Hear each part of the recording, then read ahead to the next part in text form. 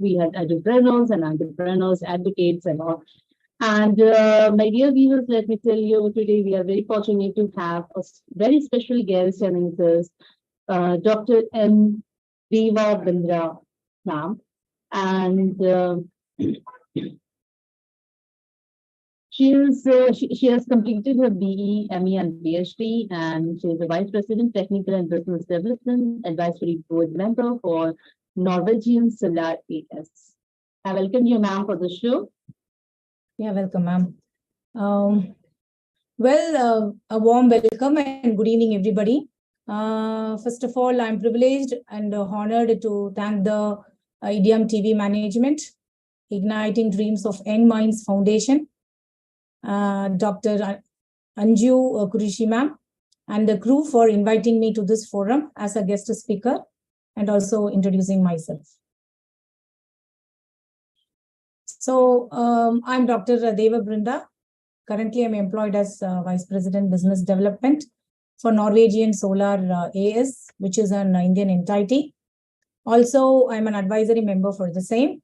And here my due diligence is all about, I'm involved with energy investment, enticing many global investors, investing in renewable projects, that is a green hydrogen and green ammonia, working on the proposals.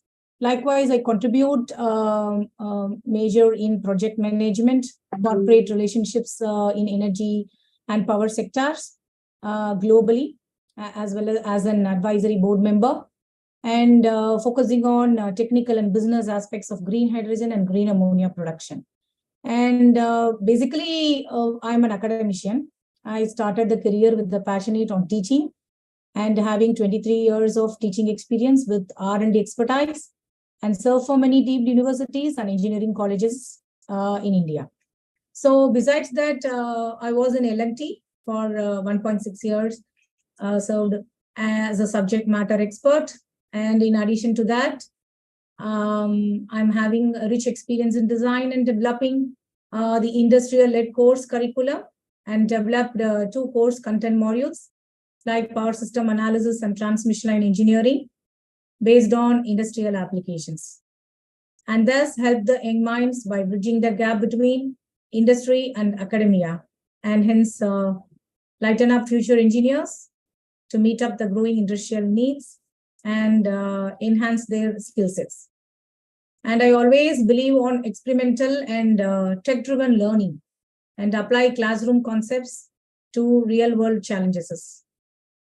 And next, coming to my educational qualifications, I want to give a short glimpse of that.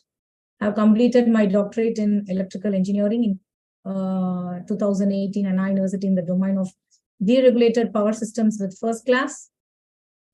Then master's in Guindy College of Engineering in 2006 in power systems with first class, and bachelor's in EEE at Sri Sai Ram Engineering College, Madras University in 1999 with first class.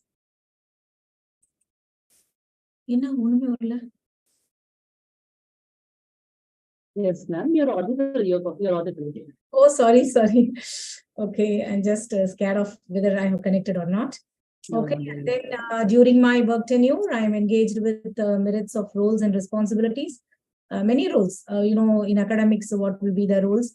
So, I acted as a HOD, IET faculty advisor, as a scientific and technical member for international conferences, and then as a recognized Anna University supervisor, and then I acted as a project coordinator for UG and PG projects, completed many industry-based consultancies, also acted as a reviewer for many international journals, organized many AICTFDP, Anna University workshops, seminars, and guest lectures.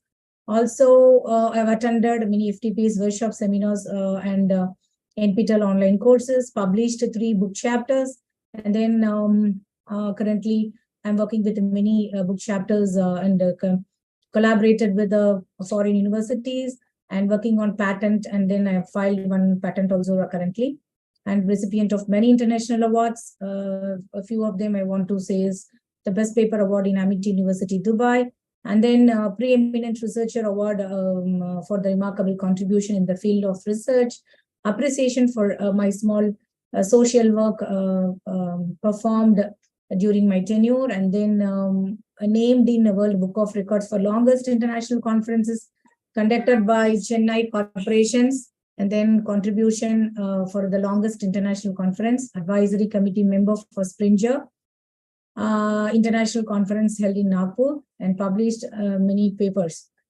say 55 papers in international journals, international conference and national conferences. Coming to my traits, my personal traits are basically I'm a honest, courage, and extrovert, compassionate, and nature-loving aspirant women. And always I try to and help and lift others.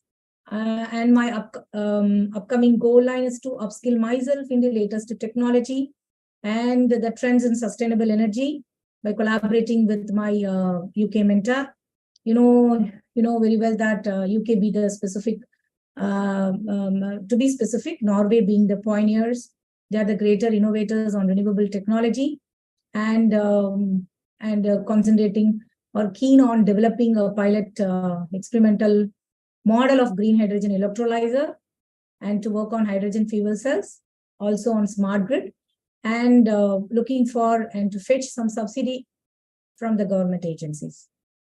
So this is a small a note about me. Yeah, that's really great to hear, ma'am. Especially like you just started with your basic qualifications and how you have worked.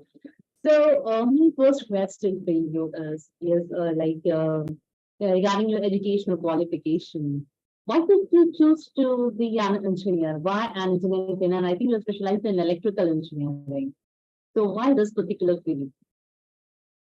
Yeah, ma'am. Actually, electrical engineering, it's evergreen group in the engineering domain, and which will, without energy, nothing can be survived. So it's a very evergreen group, and so we have more technology over that, and I'm passionate in taking this electrical group because I'm more focused on the electrical energy, their development, the technology, so all that kinds, all that stuff. Yeah, of course, it is one of the core branches in Yes, engineering. yes, the core. You were telling about your PhD. Can you just tell about something about your research work? So research work currently, I started my career as a tutor, say the teacher, and very well that I'm basically a determined professional, and always looking for reaching the greater heights. And first I started with some lecturing job, as a thing, as my pathway. And then later I just got promoted, and then I just went into the R&D kind of stuff. And currently I'm very much focused on the sustainable energy. The total environment is now making the green environment and sustainable energy. So to totally to move away from the net carbon, that is decarbonization. So right now I am working with the projects like renewable energy. Today's society is mainly dependent on stable, secure supply of electric power with minimum dependency of electric power. So having in mind, I just and also our country is focusing more on renewable energy, and it's also developing faster. So as an academician, as a research person, I have to know the recent technology, what is prevailing in the industry, in the renewable sector, because my area and my focus is mostly on the renewables energy. So in order to, that India is also fastly moving, our country, not only our country, globally, everybody is moving towards the net zero carbon. So, and also looking for the lowest cost of large scale solar power in the world. And keeping in mind the objective, in our country has also started many mission activities. And it just enhances the research scholars, research departments to do more researches on the these kind on the renewable energy. And because the energy sector is very keen on various approaches I told already about the advancement of countries' sustainable goals, and so that it facilitates the energy transition from fossil energy to green energy. So, like now, I'm focusing on the very major research topics on energy battery storage. Say we say green energy storage battery, and then interstate transmission system. Say the smart grid. So making the grid to be more smarter with more technology. Say communication network and artificial intelligence. We can make the grid as more smarter, and also green energy, green grid. So as well as the nation green hydrogen mission is also implemented, and so to meet the Indian objective, that is the energy objective of our countries, to become a leading producer and supplier of green hydrogen in the world, and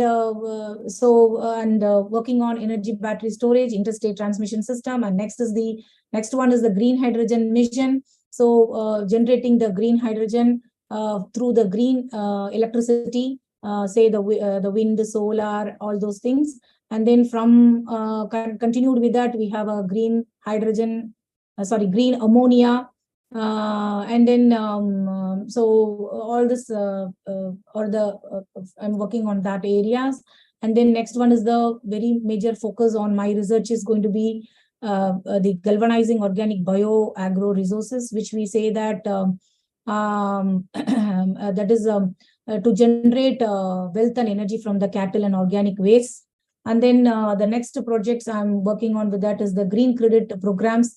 These programs are futuristic, which helps to mitigate the climatic change. It's become worse and worse. So we want to protect the environment against these sudden climatic change and to ensure the ecosystem more sustainable.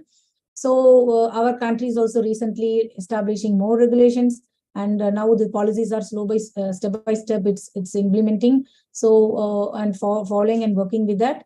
And then we have a green credit program, and also so the government is also giving more incentives and welcoming these kind of projects and R&Ds, and they are providing more fundings on these kind of research works to be carried on. And currently, I'm also involved with that, and also very well that our Prime Minister Narendra Modi ji is also introduced the concept of COP26 in gas flow. So what is actually is all about is this concept is that the life promotes to be a pro-planet, pro-people way of life, and mindful and deliberate utilizations and destructive consumption to protect the earth and ensure sustainability. And and I'm proud and hats off to our Prime Minister Modi ji that all his efforts to make the India a top-ranking country within the globe. And so these are all my current areas which I'm concentrating currently with that. And this is all about. That is great to know about your research work, and especially because you are working on the green technologies. Yes, And yes. of course, if we talk about like everywhere we can see the people are talking about climate change, because of the pollution and the other factors that happen, how the climate, our environment is affected due to the fossil fuels that we're using nowadays. And so everywhere, like even just recently when we celebrated Earth Day, so everywhere that was being talked about green technologies. And if we talk like I am also from engineering college, so when we were when we had a competition for the wall hanging, everywhere the students were writing about green technologies, renewable energy sources, and also the yes, we have to actually shift. We have to have more research proposals, and it's really fortunate that I'm talking to you and getting so much of ideas from this, because yes, this is one of the latest topic. And even for the automation, I think like you talked about smart grid. So with the grid and all, we are using technologies like IoT, and we are working on over. So that's a great thing to know about your research. And like now you said you were into academics, you were academician, and you're also working into industry. So how did this transition take place from academics to the industry?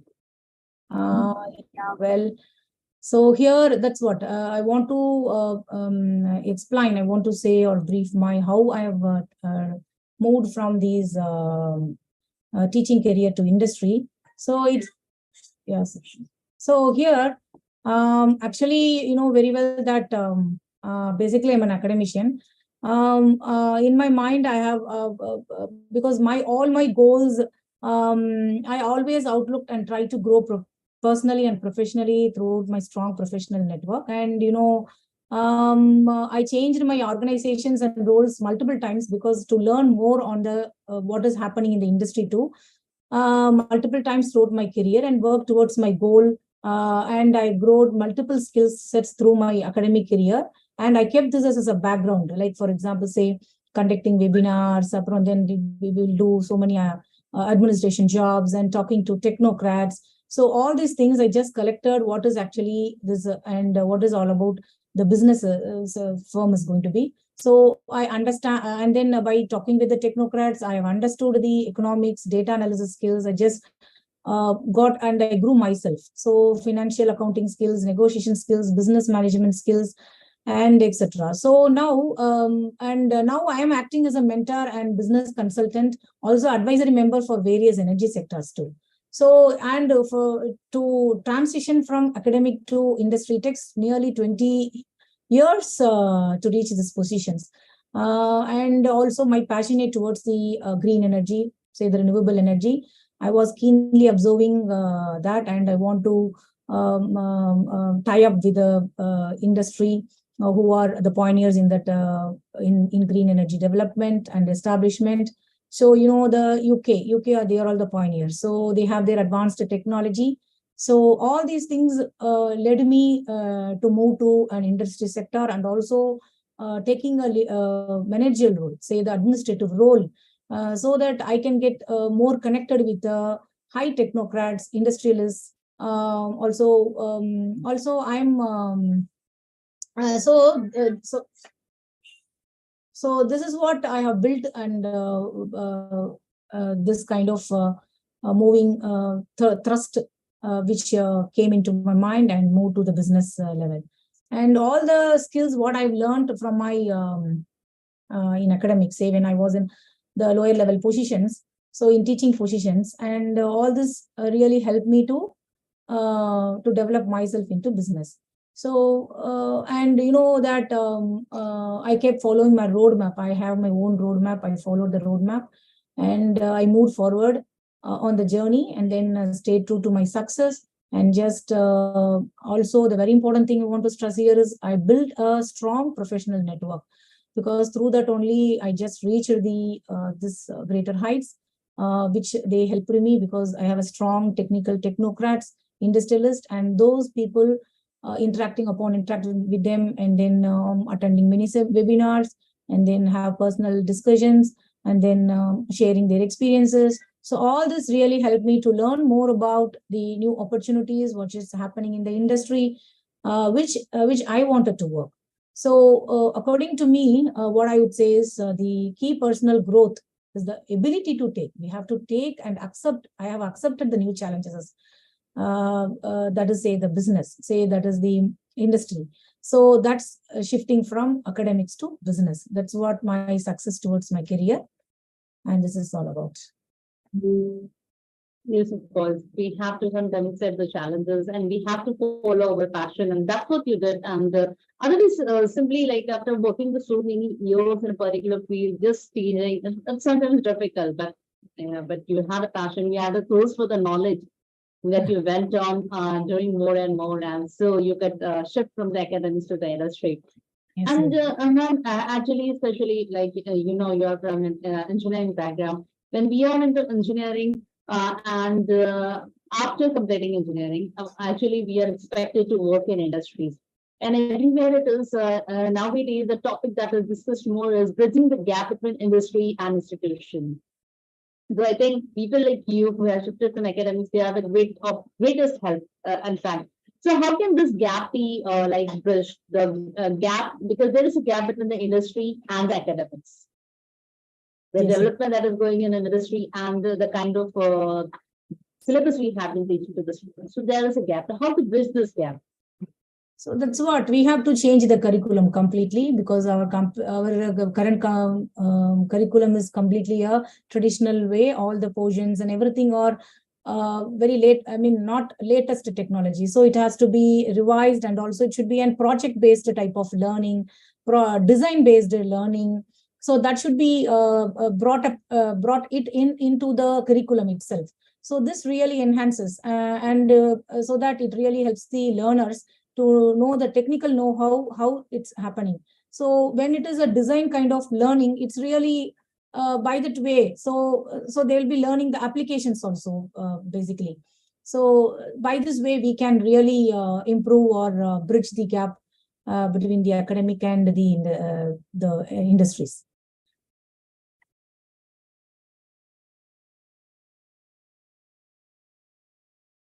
Yes, ma'am. We have to actually bridge the gap, and is there are some changes that have to be made into the curriculum.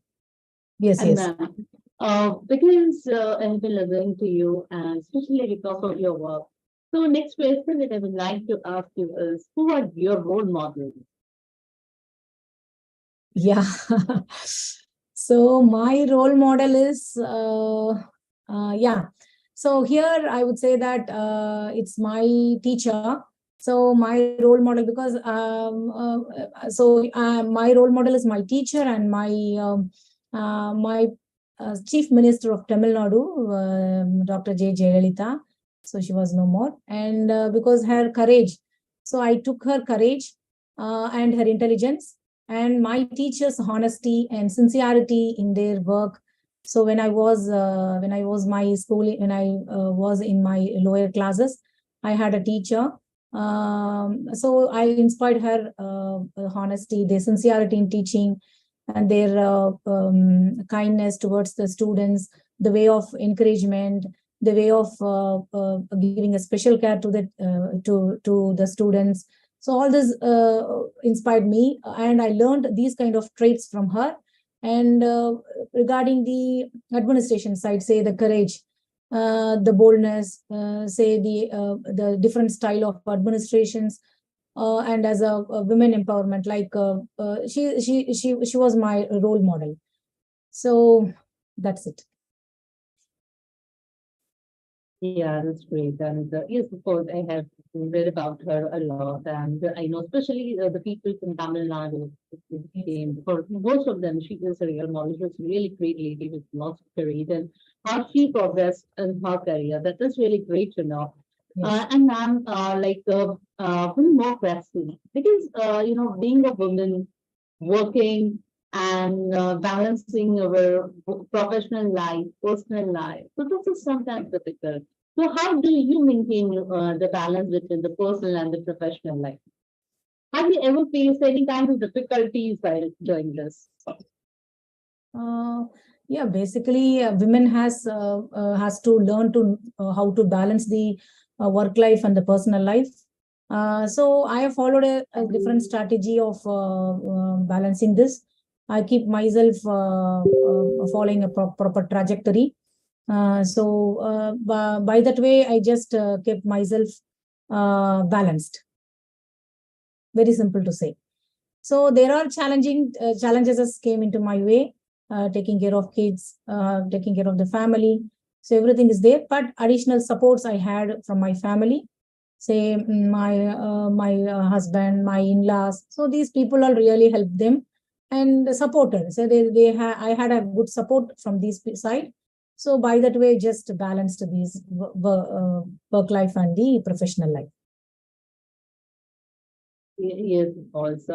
That's really great to know. We need to balance. We need to balance in time. Yes, yes. And ma'am, when you have talked a lot about your research, but just a small thing, any more research that you would like to do in future?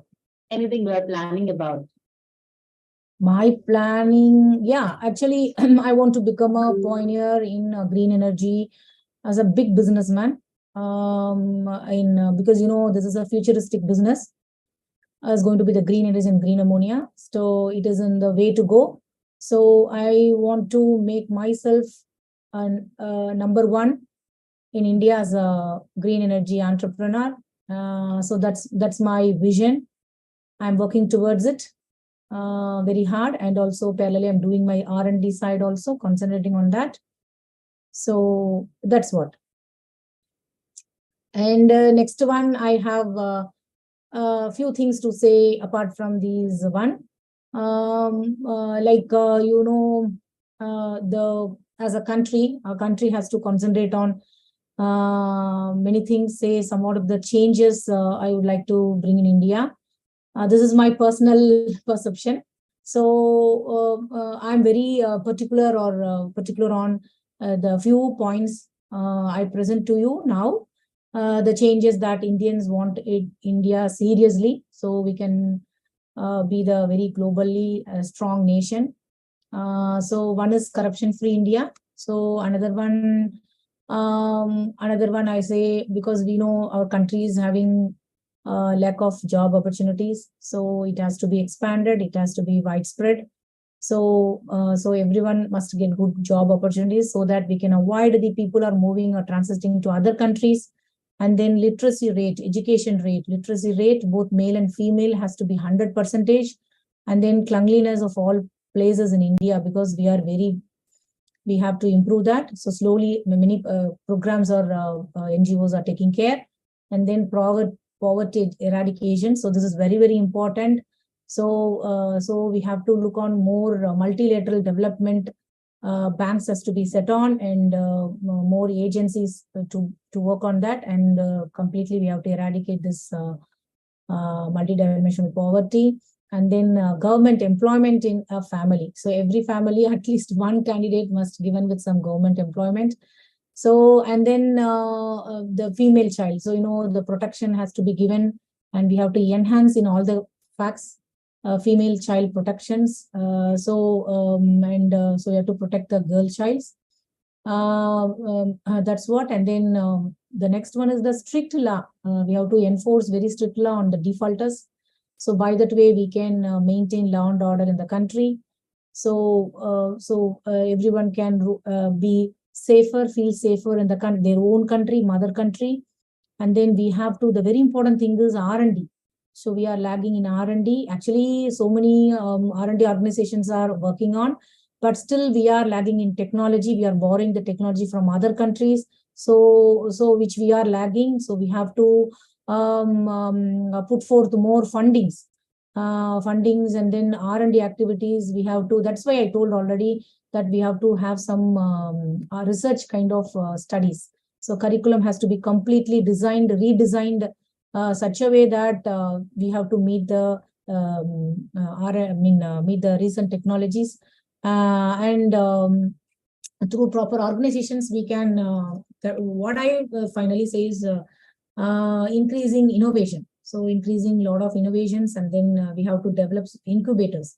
These are all lagging in an academic sector, which I find more. So it's only for namesake only it is there. So incubations, and then we have to help the innovators. So innovators are not getting any good fundings. So we have to help the innovators with some small seed monies. And the innovations must be taken to, because the innovators are given only for pilot projects, not for the large scale. So innovations must be fundings must be given for larger scaler, and we have to foster the innovations ecosystem within the sector and the institutions. Very, very important point I'm just keeping in front. And then like I said, project based R&D. So this is what very important.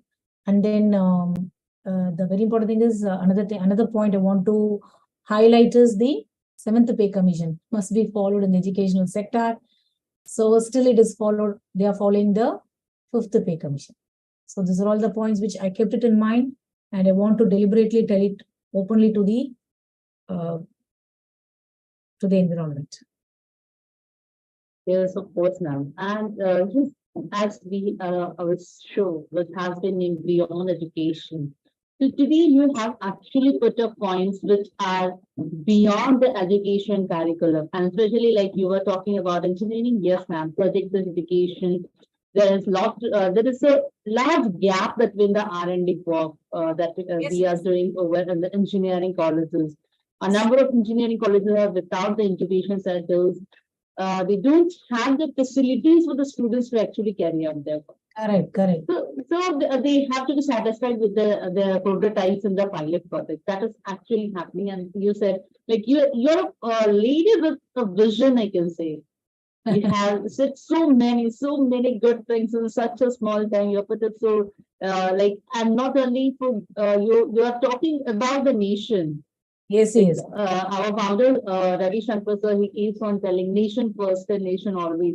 So, like similarly, you were talking about all these things that you talked about the security of the females, about the R&D work, and all that about cleanliness. You were talking with respect to the nation. So that was a great thing to know. And then it was really great talking to you. Sorry for interruption. Mhm. Personal growth and nation growth is very important. So Yeah. nation grows automatically, the individual growth will be certain. So no doubt on that. This is Yes, boss. And before ending the session, because you're from an R&D sector, so there are persons who actually want to enter the R&D sector and develop their career into it, or go more for research. So just some tips for the persons who would like to work with the R&D sector. Yeah, ma'am. Yeah, we have so many organizations, say DST and then MNRE, MSME. They're all giving good fundings for the proposals. So what they can do is every 6 months they will be posted in the website. So and before that they have to keep ready everything, all the proposals, and they can apply through the portal. And the valid projects, the projects are valid, or if it is more interesting, more new technology, then for sure they will grant the funds. So the proposals will be funded. So this is what many R&D associations are working on in the country. Also like they in their campus they can start their R&D. Already it's existed. I'm not saying, but it has to be I mean effectively look on whether it is working effectively or not. For namesake it is there. Like that, so they have to form a small group or crew, like a team with the expertise, and so that they can have a foreign tie up with they can have some MOU, R&D MOUs with the many other institutions or with the industrial sectors. So like that, they can have some MOU with these things, and they can enrich their R&D part. So by that way, they get also the opportunity to work on that, and they get more ideas. They can share ideas. They learn the designs. They learn all these things. So there should be some international collaborations. Otherwise, they may not know what is really happening in the sector, in the industry. So this is what. So they should have industrial collaborations globally, globally. So this is where they can do and enrich that one. So many portals are also available. So I can give my mail ID also. So if anybody is interested with going ahead with that, go ahead with that. So I can help them.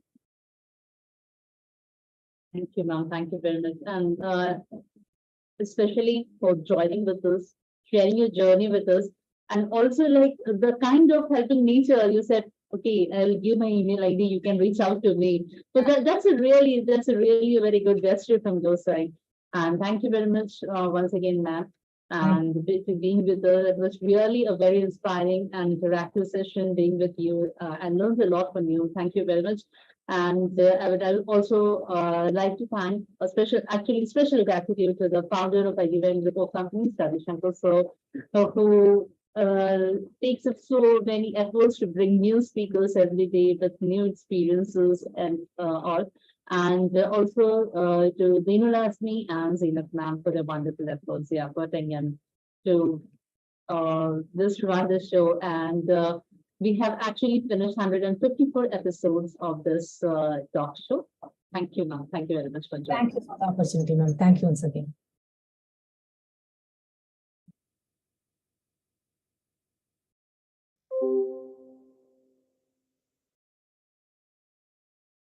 All right, yeah.